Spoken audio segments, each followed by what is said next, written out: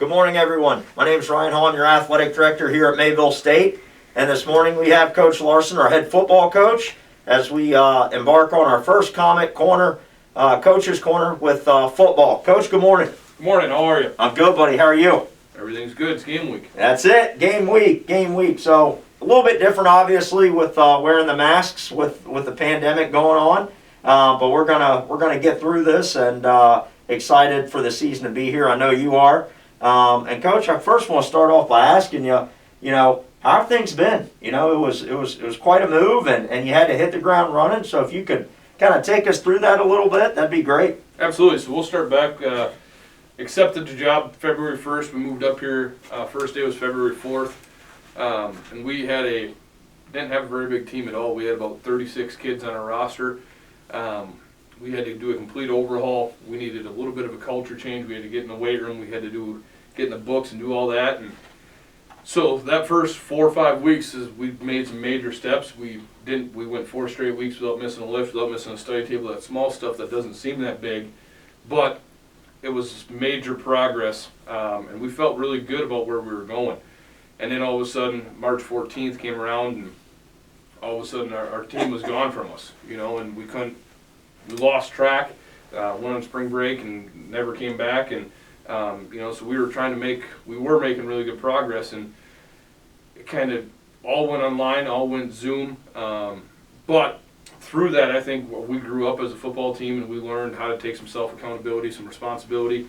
It really helped us in the recruiting process, and I always joke that in 20 years I'll be able to write a book that for a first-year head coach in a pandemic in a weird year, and we're the only ones playing college football. And there's a lot of really positive things going on right now. We brought in over 60 freshmen. Wow. Which was a really good thing and what we needed to do. We got rid of some upperclassmen that weren't buying into the culture, weren't buying into how we want to do things. So I feel really good about the direction of the program over the last 6 months. Now, if we can have another 6 months like the previous 6 months and keep growing, we should be in decent shape. But we're just ready to go and ready to hit someone else and play football again. Absolutely. Well, Coach, it's been awesome, and testament to you and your staff of how hard you guys been working. I mean, it's clear as day. So with that said, you talked about bringing in 60 kids, bringing in a lot of local kids, bringing in some kids across the nation and that kind of thing. How has recruiting been different during the pandemic? And obviously have to adjust, and I'm guessing a lot of Zoom meetings and that kind of stuff, but what's some pros and cons of how recruiting's been during a pandemic? Absolutely, and you were there during my interview, and I talked about my biggest thing in recruiting is face-to-face and getting in front of families and going and doing home visits and talking to high school coaches and talking to parents, girlfriends, whoever it is that's helped making this decision. And when that was taken away, it was that first week, we really didn't know what to do or how to act, or we weren't going to home visits, we weren't going to high schools, so we were trying to figure out what that next step is. And Zoom has become a big part of recruiting, and I think it's here to stay. Yeah. Because I can be, example, tonight I have a call in California at 8 o'clock while I'm sitting down with mom, grandma, dad, I'm sitting down with everyone that in the past we would have had to fly out there to do.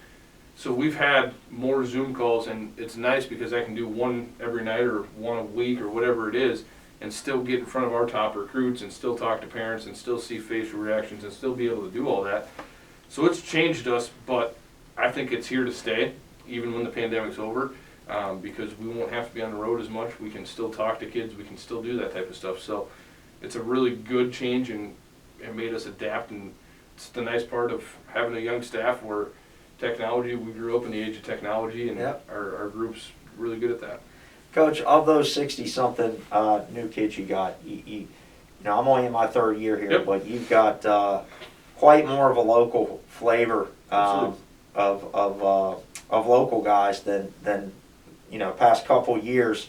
How important has that been to get some local talent here playing for Mayville State? Yeah. So if you example, last week we had a kid here from Thompson, we had a kid here from Grand Forks, we had 2 kids up here from Fargo for the scrimmage. So we're trying to, when we talk, we want to build an hour and a half. If you draw a circle an hour and a half around us, we want to build a wall and get the best players from that hour and a half to come here instead of going other places. There's a lot of really good football. Our staff and I, week 1 in North Dakota high school football, we were at 7 different games. Last week we were at 6 different games, so we've gotten out. We've seen a lot of good football. We got notes. This weekend we offered 4 kids from the Fargo area. We offered 2 kids from the Grand Forks area. So we're going to continue to recruit those kids. We brought in over 25 kids from the North Dakota area. Wow. North Dakota, Minnesota, I consider northern Yep. Minnesota. But our connections are northern Wisconsin, Minnesota, North Dakota. We're getting into South Dakota a little bit because I think there's a lot of really good football in South Dakota as well that fit Mayville and how the community is and the landscape. So we're going to continue to do that, and you'll continue to see us at high school football games in the area. You'll continue to see different offered kids popping up, a local newspaper. But again, we're going to turn over every rock we can and find kids that fit how we want to play.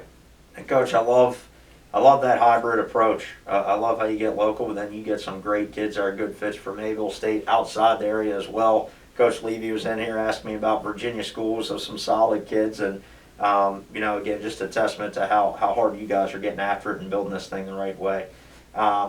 So a lot of planning, obviously, a lot of paperwork and things to have to get done.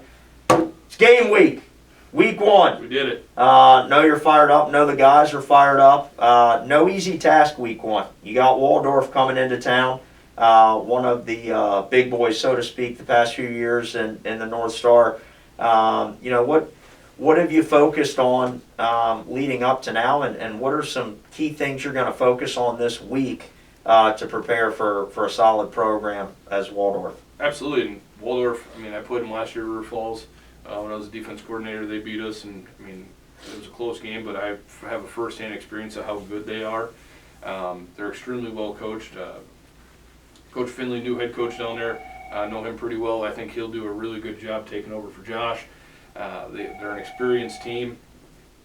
They got playmakers all over the place. They got a transfer receiver from Nebraska. They have skill all over. So we're going to have to do a good job of taking care of details and keeping the ball in front of us and possessing the football, getting takeaways, that type of stuff. But what we're going to focus on this week is what we focus all 4 weeks of camp is to take care of the small stuff, worry about us. We can't control what they do.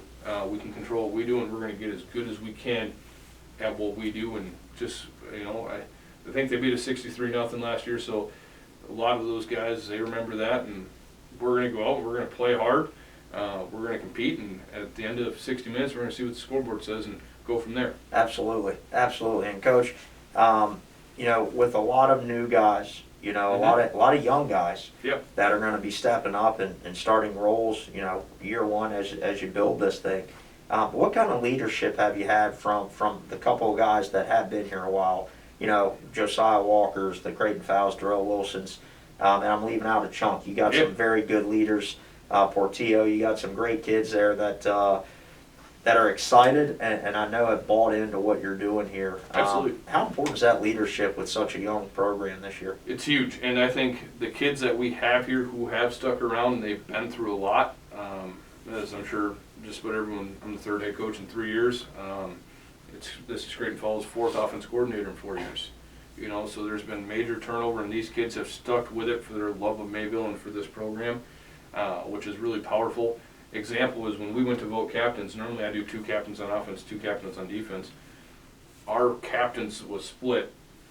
There was 10 votes here, 14 votes here. They were all really close. We ended up with 8 captains because I believe we have a group that's really good. I think the one kid that you miss that really sticks out to me that comes from a winning program and a winning culture is Max Cooper. Absolutely. Max Cooper's played 1 year this is his first year playing, All-American basketball player, obviously. Used to seeing him on the Louis Lee. Absolutely. But he was voted a captain without playing football. And that tells his leadership, and he comes from Coach Ty's program who's won and very well ran, and he knows exactly what it takes to win. So him and I have had a really good relationship. But we have a really good group of older kids who understand it's their time now to go and leave their mark on the program, whether it's winning games or it's turning it over to these young kids, because at the end of the day, we got 60, 18-year-olds that are going through their first college game week. Right. And We have about 26 that have gone through this process. So we have a lot more kids trying to understand, what do I do? How am I supposed to do it? But no, those seniors have been really good. Awesome, awesome. And Coach, obviously, week one, a lot of excitement, obviously, and what, I'm gonna dig in a little bit here. Yeah. What can we expect to see on each side of the ball this Saturday? Yeah, so we're still young with some injuries and trying to figure out what we're going to be. Right now, we're looking 2021 personnel, playing with a hybrid fullback type kid, and trying to figure out what we want to be. Ideally, where I came from, the University of Wisconsin Falls, we were fast tempo, 10 personnel, throwing the ball around the yard, and eventually we want to get there. But with the personnel we currently have, you're going to see us try to run the football, try to create space, take some shots downfield, go from there. But you'll see in my interview, I got asked, are we going to see a fullback? And at the time I didn't know. We're going to have that H back, super back, try to figure out what to do with him. But no, we feel really, really good about the kids we have. We're still waiting on some injuries and things of that nature. So that offensive staff, they've been in meetings every day trying to figure out how we're going to piece this together with the pieces we have. Okay. Hopefully it's ready by Friday. Yeah. Saturday is the more important day. But no, we're going to give it a shot. Defensively, being a former defense coordinator, I'm not calling the defense at all this year. I've stepped completely away, which is a good thing because I don't know if I would have had time to do it. So I hired Jake Witecki and his staff. We're going to play zone with their receivers. They got a lot of really talented kids on the outside, so we're going to have a plan to take them out of the game, and we're not going to be able to fully take them out of the game. They're going to make some plays, but we're going to have to be able to do some different bracket concepts, some different ideas to get them out. So those guys have been working just as hard to figure out how to slow them down, and it's been a good experience for me. It's different because at practice I'm not quite sure what to do. This morning I had a staff meeting as a head coach. What do you guys want from me on Saturday? Because it's going to be different. I'm so used to calling plays and being in the mix, but I'm going to be half the time on offense, half the time on defense, and just making sure the whole thing runs and clock management. I've been reading books on 2-point charts and trying to figure out exactly how this thing's going to go, but we'll be ready by Saturday. Awesome. Coach, we talked about some of the leadership and experience of some of the seniors that'll be leading. What are some new names, new faces that might hear about over the loudspeaker on Saturday that you think could be an impact right away? Yeah, the first one you're going to hear is Elijah Roundtree, big receiver, more polished than I thought he was coming out of high school. Okay. He's really made some steps. He can play. Another receiver I think you'll hear is Malik Flowers. Kid can run. He was a really good athlete in high school. He's from Las Vegas. Okay. Awesome kid, great kid. When he gets in space, he's given our defense issues. Surday is a running back out of Florida, Everglades. He's a load to bring down. We're still trying to figure out how much we're going to play those kids and how much can they handle in a game week. Defensively, we got a whole slew of about 6 defensive backs that are freshmen that are all Adrian Pigeon, Will Flemons, Diego Samuelson, Cody Bont. We got a big group back there of kids who can play, and the future is bright in the back half of that defense. And that was something when we came in. I talked to a lot of people, and I'm sure every week I had different people stop in my office and I said, we need defense backs. So that was our number one thing. As we went out, we tried to find as many good, talented, good kids that fit what we were trying to do defensively. So those kids, the other kid defensively, Tanner Erlab, I'm sure our listeners have listened, or Austin, quarterback. Yeah. He's going to play that fullback position for us. But his younger brother was a really good wrestler at Cavalier. He's another kid that I think will be a really good leader for us going forward. But awesome. We got a whole bunch of them. That's the one thing that's really cool about our freshman class is we have a lot of really good kids and really good families that understand what we're trying to do here. That's awesome. And Coach, to take a little bit away from the game, but obviously a huge important piece of this program.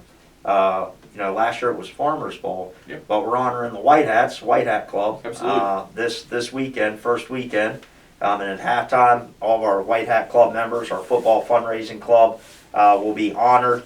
And we have about 90 members right now, which is exceptional. and almost double what we had year one. Talk a little bit about that, how much you appreciate those guys to be able to provide a little bit more funding for the program as you continue to build this thing. And that was one thing that when I was going through the interview process, and you have no idea, I've never coached at the NAIA level, I've always been the NCAA level, and we never know. It's all about the funding and your scholarships, and can you win there? And that was a question. I come from a coaching background, and a lot of coaching. I talk to a lot of people, and can you win there? Is it supported enough? And the $20,000 match back in January was a huge deal, because that was when we were going through the interview process, and all of a sudden you get here and we got $40,000 to start a job. I mean, that's massive. So that white hat group, they cooked out for our guys. They'll all be at the game, I'm sure. I've gotten some really good relationships with them on friend level. I've been texting a bunch of them already this morning, and I can't appreciate them enough for everything they've done for our kids. Our kids feel the exact same way. If you come out to scrimmages, you come out to games, those guys are out there. So we're really thankful for everything they've done and continue to do to support us. And they're a reason, this place is going to get turned around, and we're going to start winning games. It might not be this year, it might not be next year, but 3, 4, 5 years down the road, when this place starts winning like it did in the 90s, it's going to be a big reason is those white hat guys and the dedication and women to time, financial, resources that we haven't had here before. So no, we're really thankful for them. Well, good. We got a breakfast for all those members Saturday morning, Yep. And then over at the foundation office at the Larson Center, and then we also have a tailgate spot for white hat members. So if you are a member, you won't be able to bring your car in, but there will be a spot that you can walk over to that'll be designated for just the white hat club. So it's going to be exciting. Coach, you told me that not only are we the only show in town in North Dakota, but for quite a wide range. So it's going to be an exciting time. Make sure that you get here early. If 1 o'clock kickoff Saturday. Tailgating opens at 10. If you haven't gotten a tailgate spot and you would like to do so, you can contact Leah Larson here in the athletics office. As far as crowd, Coach, we still don't know yet. We'll see if we'll be able to get to 75% capacity if that goes through. If that doesn't go through, we'll only be allowed 500 fans. So, again, we'll know later this week on what's going to happen there. Coach, anything else you want to say to Comet Nation before you get going on Saturday? Yeah, we're just excited to be playing. That's the number one thing, and I think it's a dedication to our administration, Dr. Van Horn, yourself, and the task force that, to give us this opportunity to play college football when not many other people are, and we're going to have an eye on us. And there's people that want to see us fail, not be able to get through the season, but our kids have done a really nice job of staying socially distanced, wearing a mask, and doing that type of stuff. So we appreciate the community support and looking forward to seeing everyone Saturday. Well, Coach, awesome. I'm glad season's finally here, and we'll be there, and good luck Saturday. Awesome. Thank you.